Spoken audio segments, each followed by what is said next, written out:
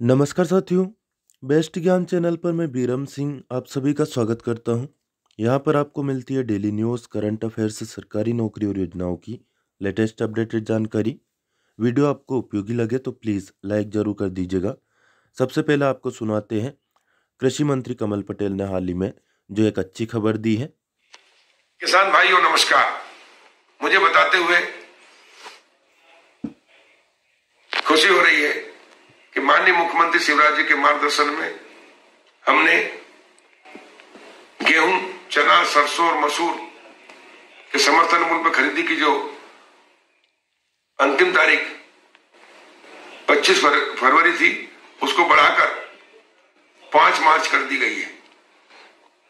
Portal कल से चालू हो जाएगा और इसलिए जो भी किसान गेहूं, चना, सरसों, मसूर के समर्थन मूल्य पर बेचने के लिए पंजीयन कराने से वंचित रह गए, कृपया आप सबसे हाथ जोड़ के निवेदन है कि अपने अपने सोसाइटी केंद्र पर जाकर अपना पंजीयन कराएं ताकि आपको समर्थन मूल्य पर फसल बेचने में सुविधा हो। ये किसानों के हित में माननीय मुख्यमंत्री जी ने 5 मार्च किया, ये अंतिम तारीख होगी, इसलिए कोई भी किसान पंजीयन कराने से वंचित ना रहे। एक एक किसान अपना पंजीयन कराए, ये आपसे हम अपील कर रहे हैं। तो आप भी यदि पंजीयन से छूट गए हो तो पंजीयन जरूर करवा लीजिए। 5 मार्च से आगे तारीख नहीं बढ़ाई जाएगी। मंगलवार को बजट पेश हुआ। बजट में किसानों के लिए बड़ी घोषणाएं की गई। कृषि मंत्री ने इस बात की जानकारी दी है। आइए उन्हीं के श्रीमुख से सुनते हैं। आज विधानसभा में माननीय वित्त मंत्री श्री जगदीश देवड़ा जी द्वारा प्रस्तुत बजट माननीय प्रधानमंत्री नरेंद्र मोदी जी का आत्मनिर्भर भारत और माननीय मुख्यमंत्री शिवराज जी का आत्मनिर्भर मध्य प्रदेश के संकल्प को पूरा करने वाला है। ये चहुमुखी विकास वाला बजट है। गांव, गरीब और किसानों को ध्यान में रख के बनाया गया बजट है।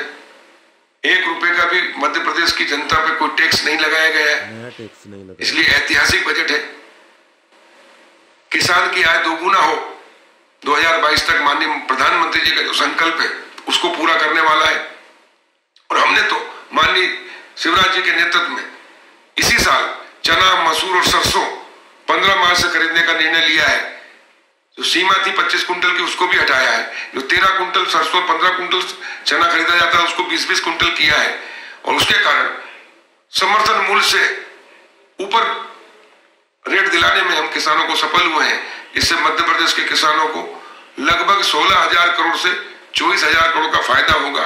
यह आजाद भारत में पहली बार होगा। इसलिए प्रधानमंत्री जी का जो संकल्प 2022 का था, माननीय मुख्यमंत्री जी के नेतृत्व में हमने 21 में पूरा करने में सफल हुए।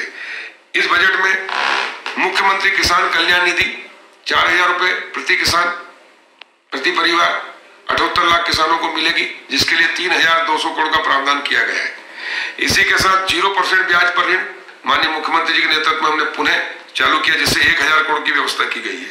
मुख्यमंत्री फसल उपार्जन सहायता योजना ये पहली बार शुरू की गई, जिसके लिए 2,000 करोड़ रुपए का प्रावधान किया गया है।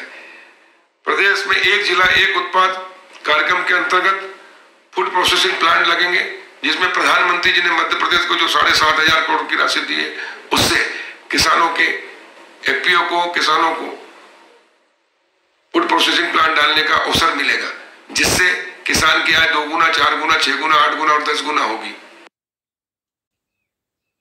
मध्य प्रदेश बजट 2021। सरकार का दावा है कि अन्नदाता की हर दुविधा उसने दूर कर दी है।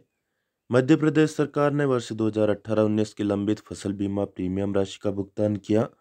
18,38,000 किसानों को 3,262 करोड़ की बीमा राशि मिली।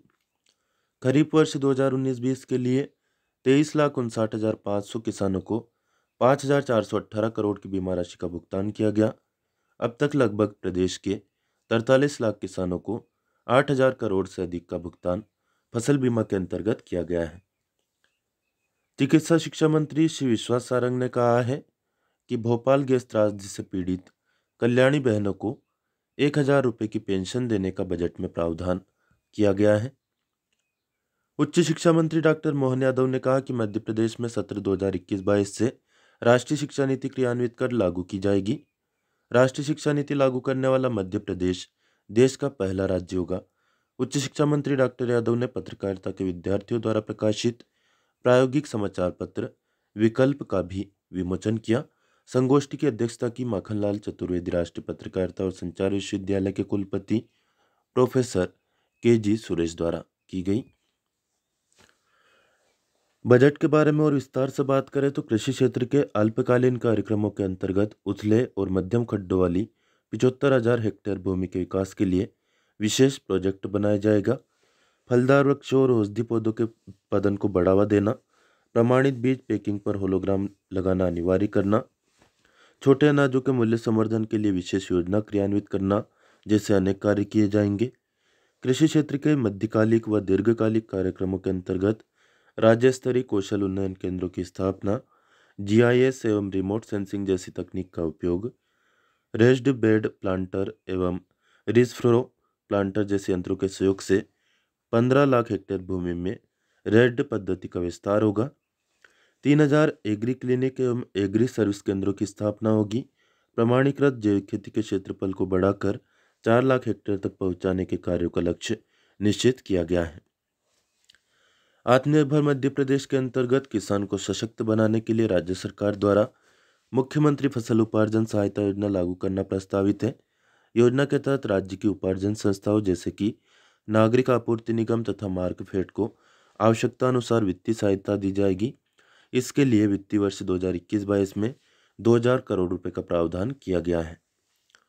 मुख्यमंत्री किसान कल्याण योजना की बात करें तो प्रदेश के 57,50,000 किसान इससे अभी तक लाभान्वित हुए हैं। अब तक 1,150 करोड़ रुपए से अधिक का भुगतान किया जा चुका है। शेष किसानों को 400 करोड़ की राशि का भुगतान मार्च महीने में कर दिया जाएगा। वित्तीय वर्ष 2021-22 में किसान कल्याण योजना के लिए 3,200 करोड़ रुपए का प्रावधान किया गया है। कृषि कार्यों के लिए सस्ती ब्याज दर पर 25 लाख किसानों को क्रेडिट कार्ड के माध्यम से ऋण की उपलब्धता अभी तक सुनिश्चित हुए हैं। सहकारी बैंकों द्वारा 0% ब्याज दर पर कराया जा रहा है फसल ऋण उपलब्ध। वर्ष 2020-21 में योजना के बजट अनुमान को 4 गुना से अधिक करके वर्ष 2021-22 में 1,000 करोड़ रुपए का प्रावधान किया गया है। किसान कल्याण तथा कृषि विकास योजना के अंतर्गत अटल कृषि ज्योति योजना के लिए 4,592 करोड़ का प्रावधान किया गया है। मुख्यमंत्री कृषक फसल उपार्जन सहायता योजना के लिए 2,000 करोड़ का प्रावधान किया गया है।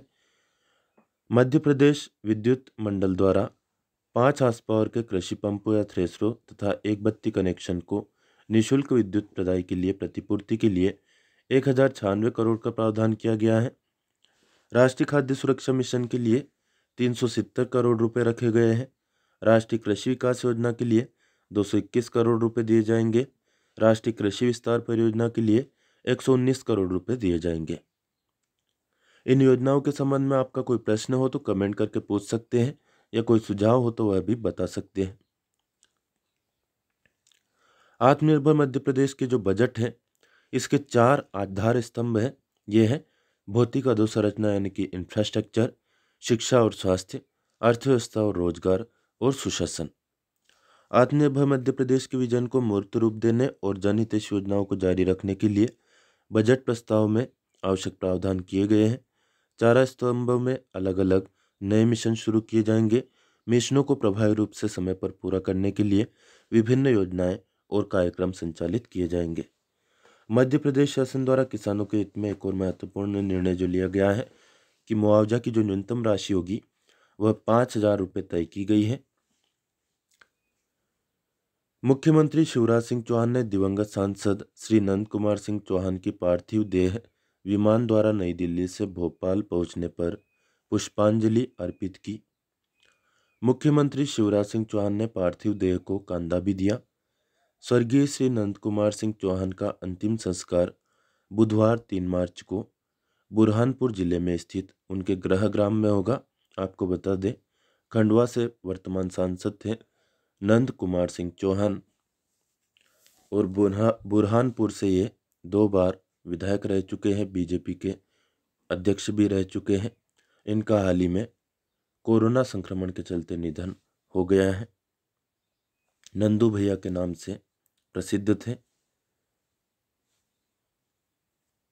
राजगढ़ जिले के 3,33,137 किसानों को फसल बीमा के रूप में 703,44,70,000 रुपये की राशि स्वीकृत हुई है।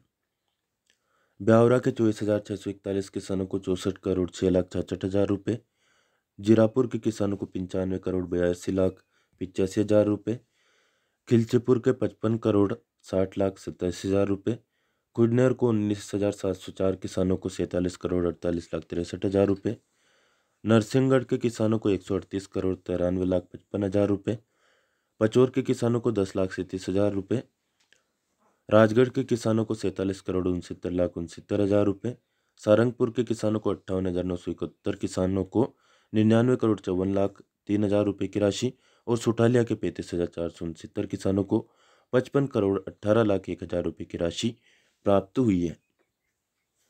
बाढ़ एवं कीट व्याधि से जो मध्य प्रदेश में क्षति हुई है उसकी हम बात करें तो 39,95,000 हेक्टेयर क्षेत्र में लगभग 4,000 करोड़ रुपए का नुकसान हुआ है, जिसके लिए मुआवजा संभावित है 4,000 करोड़ रुपए। किस जिले में कितना नुकसान हुआ है लिस्ट आपके सामने है, देख सकते हैं। यह पिछली लिस्ट है कि किस जिले को कितनी राशि दी गई थी, जो दिसंबर में राशि दी गई थी मुआवजा के तौर पर। बाढ़ एवं कीट व्याधि से मध्य प्रदेश में जो नुकसान हुआ है उसकी हम बात करें तो जो नियम है, भारत सरकार द्वारा फसलों की 33% या अधिक क्षति होने पर मुआवजा दिया जाता है, वही राज्य सरकार 25% या अधिक क्षति होने पर मुआवजा देती है। पिछले साल कमलनाथ सरकार ने 2,000 करोड़ रुपए मुआवजा बांटा था, इस बार लगभग 4,000 करोड़ रुपए का मुआवजा बांटा जाना संभावित है। 37 लाख हेक्टेयर रकबे में 33% से अधिक नुकसान हुआ है। केंद्र सरकार से 34,87,000 हेक्टेयर रकबे में फसलों को नुकसान के लिए 2487 करोड़ 21 लाख रुपए की सहायता राशि की मांग की गई है।